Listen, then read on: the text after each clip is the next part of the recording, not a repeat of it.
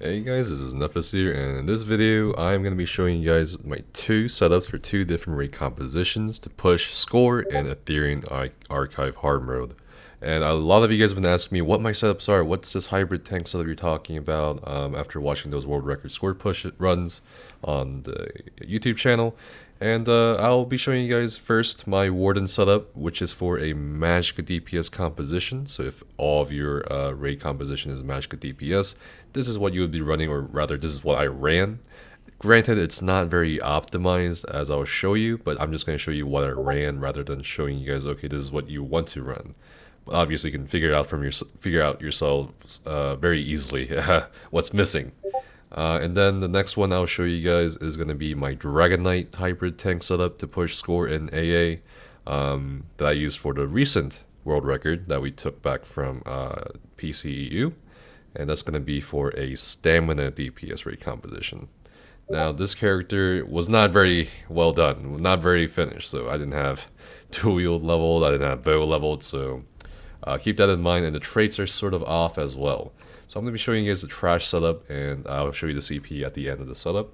So in general, for trash and bosses, you want to have 5 Yonokrin on the jewelry and weapons, 2 Velodreth for the DPS, and 5-piece medium Alkosh, and of course all of your gear has to be 7 medium, all divines, and your Munda Stone is gonna be the thief, and this is because our weapon crit is really low, even with a pot active, as I'll show you. So it's 53.9%. And we do have a shit ton of max stamina and a bit of max health, more than the usual DPS, and I'll explain why here in a bit. Now I originally wanted to go like 3 infused weapon damage enchanted jewelry or something like that, but as I quickly discovered, tanking and medium armor still in AA with this little, well, not little, but with this much health is kind of still risky.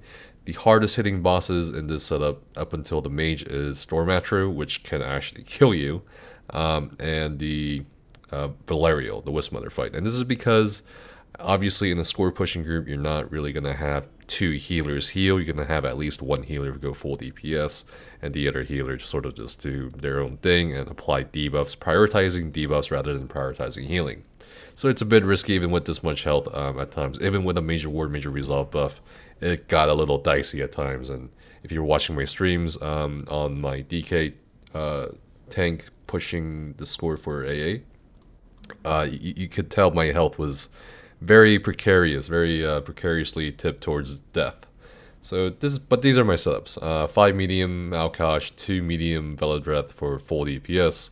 The jewelry traits I ran is going to be 3 healthy, and the weapon damage enchants on at least 2 of them. The block cost enchant here is more for the Stormatro sometimes, and for other things if I need to block, particularly for some trash pulls that kind of got a little dangerous. Otherwise you can also do another weapon damage enchant if you're feeling more confident than I am. And for this 2 Yonokrin, again, I really wanted to change these traits, but I don't have the transmute stones.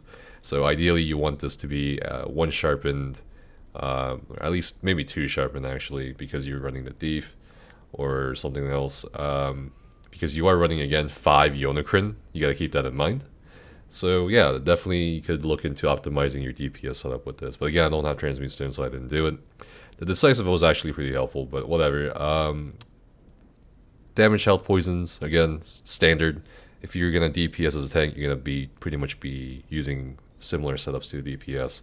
And Maelstrom Bow with infused Crusher enchantment on the back bar. You are a tank. You are a sort of a DPS, but you are still trying to keep up debuffs and such and buffs for the group. And for trash and boss setups, it's pretty straightforward. For the trash setup, we have Silver Leash to pull in those fire attributes and other adds if need be. Whirling Blades for the AoE and also the execute. Subterranean Assault for the major fracture, but it's mostly for you because you are, again, this is specifically for a Magicka DPS raid composition. And Growing Swarm, which is going to be the minor vulnerability source for pretty much every boss fight, even including the mage. And we have Inner Rage as our taunt. And keep in mind that since we have a Maelstrom Bow on the back bar, you want the taunt on the front bar, otherwise it won't proc the minor courage from Yonokrin.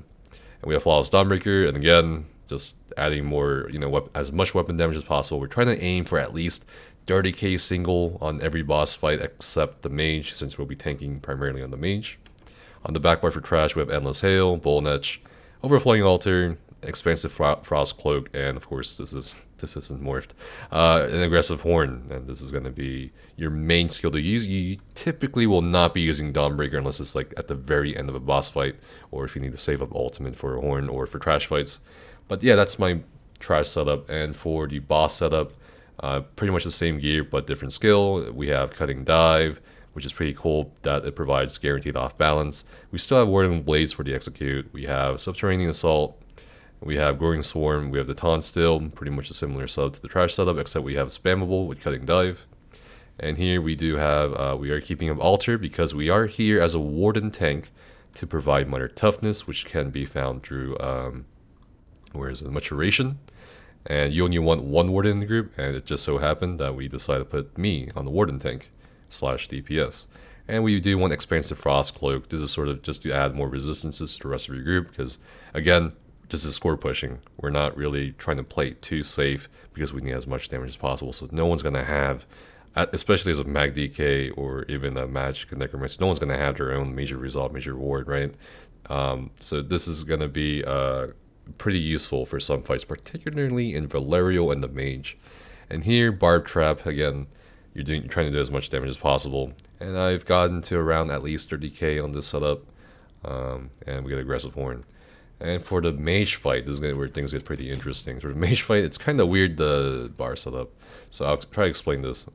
For the gear though, however, we have 2 Durvokun, and this is going to be providing constant minor maim. I was saying to myself, well, okay, I'm going to be most likely applying the Stamina Morph of Fetcher, which will be a stam drain while I'm blocking axes and so forth on AA hard mode, and taking the Storm Atros and so forth. So I figured, okay, well, might as well have the minor maim constantly up through a monster set. And it was actually pretty noticeable, especially on any mini-mage that would spawn behind me, or any mini-mage that would spawn in the group, or the Storm Atros going off when they're exploding. For the 5-piece, we're going to have 5-piece Yonokrin on the body instead of the jewelry and weapons. And this time we want jewelry.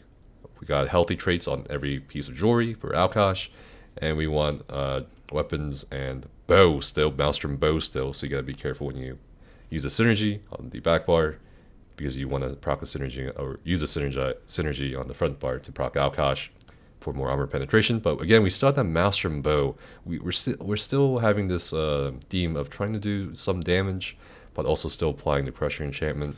For the mage, it's a bit tricky because you don't want to include both the axes and the mage or the Storm Atros in the same AoE.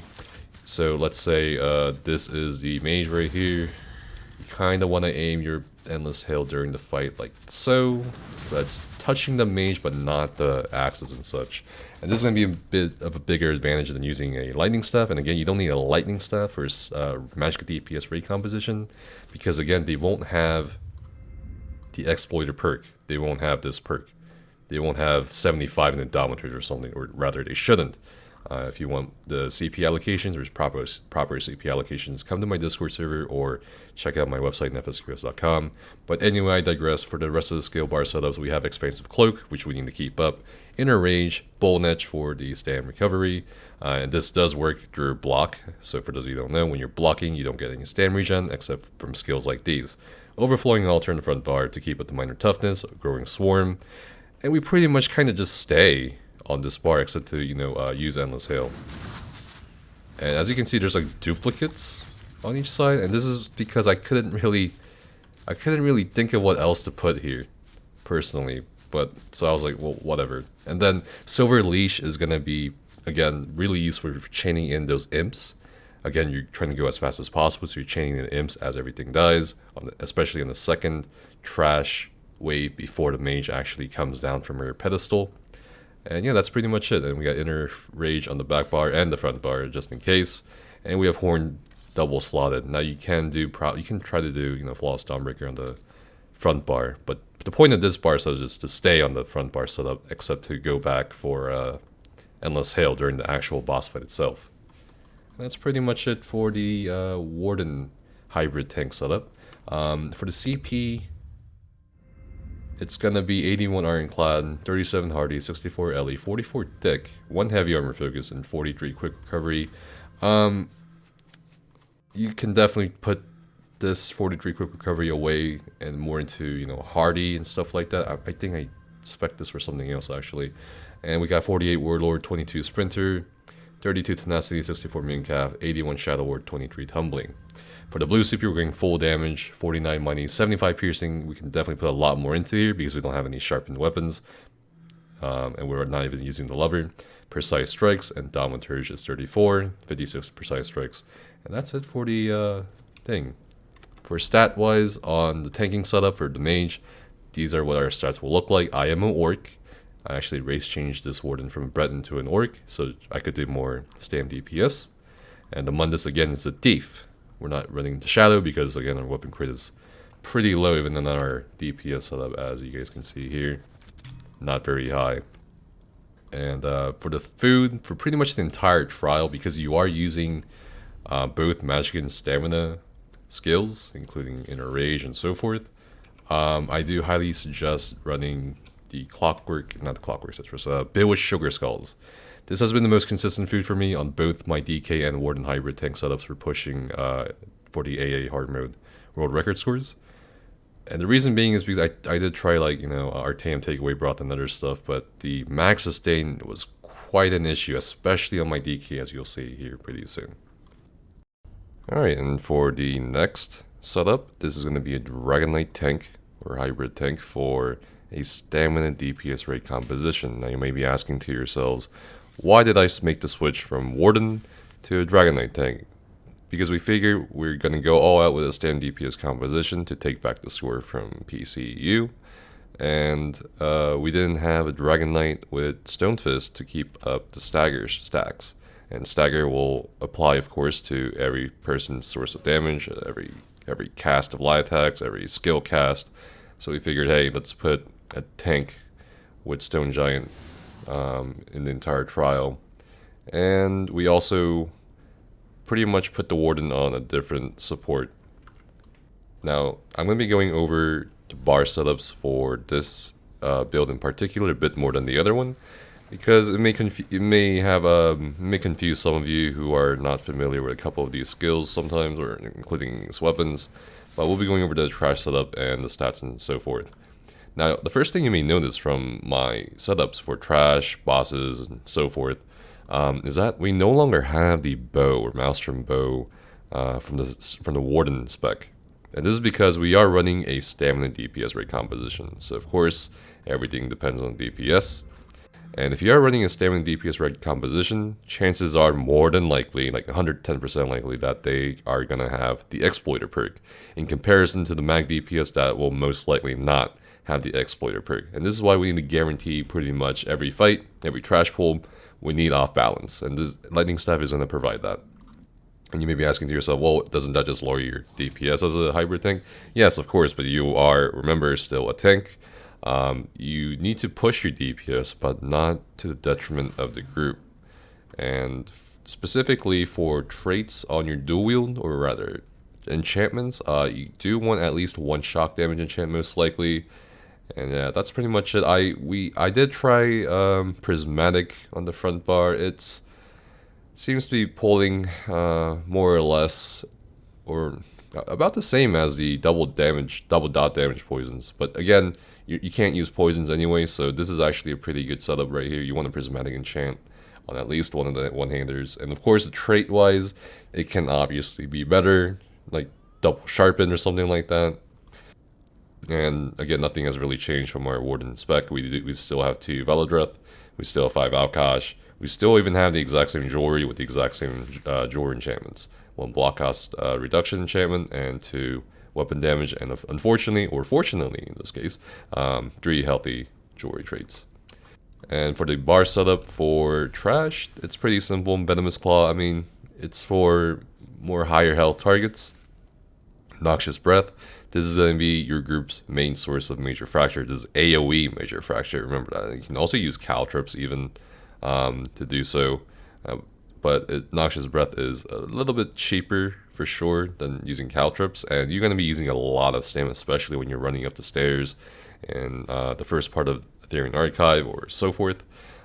You'll be surprised if you watch the score push video on the trash that my stamina is very, very close to being 0% in the beginning part of the trial, and we're going to address that with the CP. Whirling Blades, same thing, same execute. AoE and also an execute. Silver Leash. Now, why are we not using Unrelenting Grip? So if you look at the character stats here, I only have barely under 15,000 Magicka, and I can't afford to, put balance or something on my bar. And also keep in mind that as both the Warden and Tank Hybrid DPS, we're using weapon power pots. We're not using tripods. That tripod is only for the mage fight. We're not getting any magic effects, so that's why I went with Silver Leash instead of Unrelenting Grip. Igneous Weapons, and so this is pretty interesting because a lot of people think this is kind of useless because your DPS typically have, weapon power pots or spell power pots, right? And that offers major brutality and major, sorcery, yes. And the Igneous Weapons is here because our group is not using weapon power pots or spell power or weapon power pots specifically for the standing DPS. They are using a different kind of potion that offers no major brutality. So I think they were testing heroism pots. So yeah, that's something you need to consider.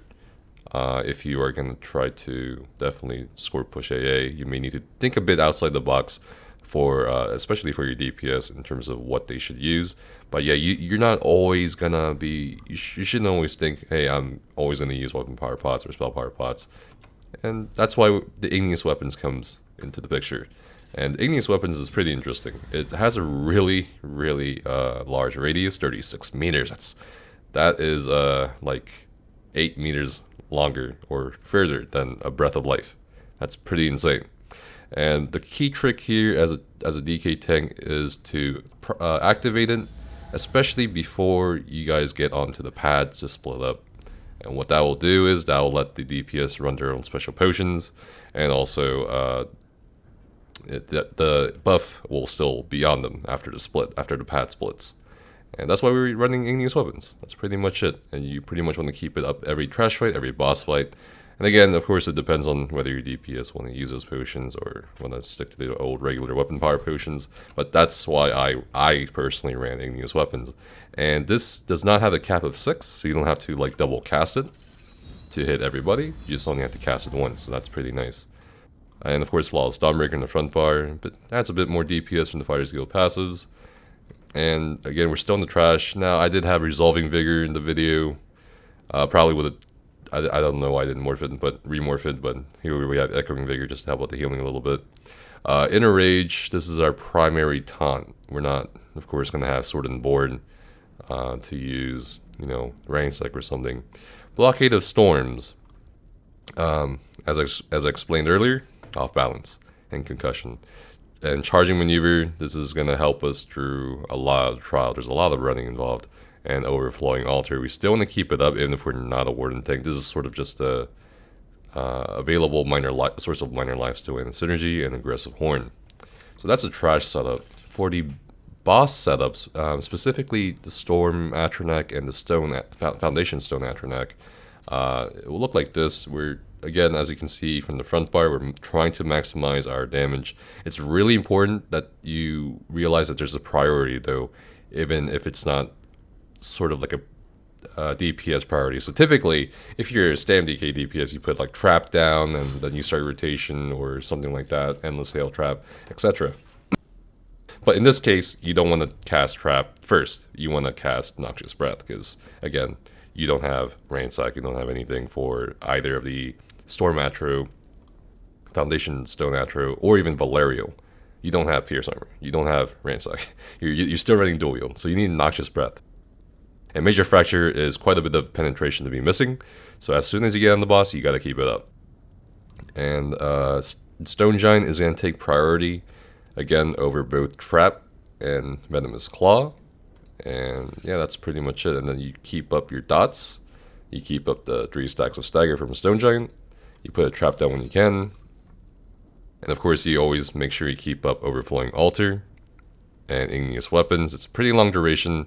If you're score pushing, a lot of these fights will barely be over 54 seconds or be under 54 seconds. And Blockade of Storms is pretty important to keep up for both Crusher and Off Balance. And of course, we can't forget Inner Rage to actually taunt the bosses. And Shadow Silk. Shadow Silk is more for the Storm Atro. If we go back in again, I'll probably have a different setup for the Foundation Stone Atro. I'll probably put Balance instead of Shadow Silk on the Stone Atro, because we don't really need it, either on Valerio or the Foundation Stone Atro. And I had a lot of Magicka issues on Valerio and the Stone Atro. Even the Storm Atro had quite a few Magicka issues sometimes. So Balance is another option, but the Shadow Silk is for when on the Storm Atro your group gets a bad pad, the golden pad that spawns during Storm phase. And if you are further away, obviously the Shadow Silk Syringe will appear to different people, and you can cast this as much as you can until you have to go back out early as a tank. And that's pretty much it for the Storm Atro, Foundation Stone Atro. Valerio is going to be a bit different. Valerio is actually pretty interesting. So you guys noticed on the Warden spec, I still had Veladreth, but for the Stamina DPS rate composition, and not the Magicka rate, DPS rate composition, we have Vicosa. Why Vicosa? Because for Magicka DPS, they typically have higher health, because they run Bystat food and so forth. And for Stam, they were bordering like 15,000 health, 16,000 health. So Vicosa was in the end very necessary. You just basically proc it as she's about to explode with one add up, and you'll all survive. And it's pretty important that you don't forget to apply Vicosa. And of course, we have still medium armor, and she hits hard still, so we gotta take that in mind. And the same jewelry, the same dual wield, and pretty much infused Crusher on the back bar. And for the bar setup, it's gonna be the exact same thing. And again, I think we can probably replace out the Balance, Horn on the back bar, Dawnbreaker on the front bar. Now for the actual final boss fight and the trash before the final boss fight, you can swap your gear over here to 2-piece Dragonknight. Same setup as the Warden spec. 5 Yonakrin and 5 Alkash. The thing with Dragonknight is we could adjust our bar setup here a little bit and put Talons on the front bar instead of Mystic Orb. And that would allow us to run Symphony of Blades. There were a lot of sustain issues with Stam more so than the Magicka DPS. Because obviously Magicka DPS are using Perfected False God, which reduces their cost of skills. And of course Stamina can't use Vicious Ophidian. That's a DPS loss in comparison to like Locustes and Reliquant. So yeah, we can replace Mystic Orb with Talons, but otherwise Mystic Orb was ran in the video. Dragonknight or Symphony is going to be your best bet. Dragonknight, again, as I explained on the Warden setup, it's really very, very helpful for the Storm Atros, the Axes, and also any mini-mage that spawns in your vicinity.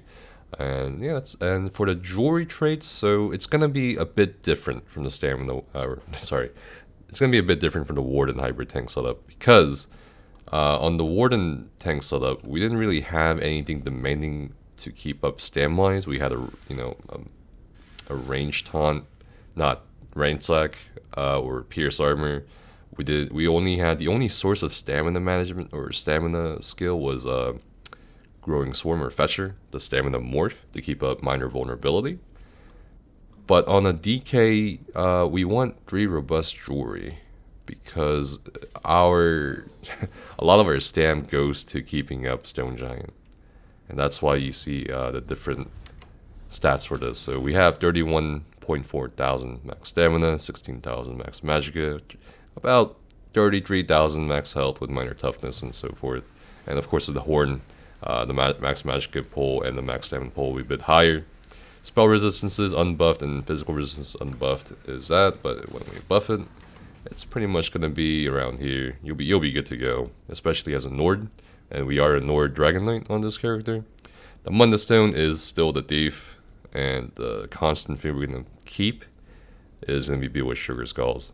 And for CP, at last, 81 Ironclad, 24 Medium Armor Focus, 43 Hardy, 56 Elemental Defender, 66 Thick Skin, 23 Warlord, 55 Sprinter, helps a lot, 64 Mooncalf, 56 Tumbling, 72 Shadow Ward, and for the blue CP, 40 Master at Arms, 40 Thaumaturge, 56 Precise Strikes, 56 Spiny, 78 Piercing. Not very perfect, not very optimal, but again, the setup's not very optimal in terms of, especially on the bosses, but it's a start. It's a start. And again, you should be trying to hit at least 30k single on Valerial, the Foundation Stone Atronach, and the Storm Atronach. But yeah, thanks for watching this video, guys. I know a lot of you had questions about the hybrid tank setups I've been using, and it's kind of weird saying it. Technically, all tanks are hybrids, but in this case, I'm more referring to, you know, what the tanks are doing. They're DPSing and tanking at the same time, so that's what I consider sort of as a hybrid,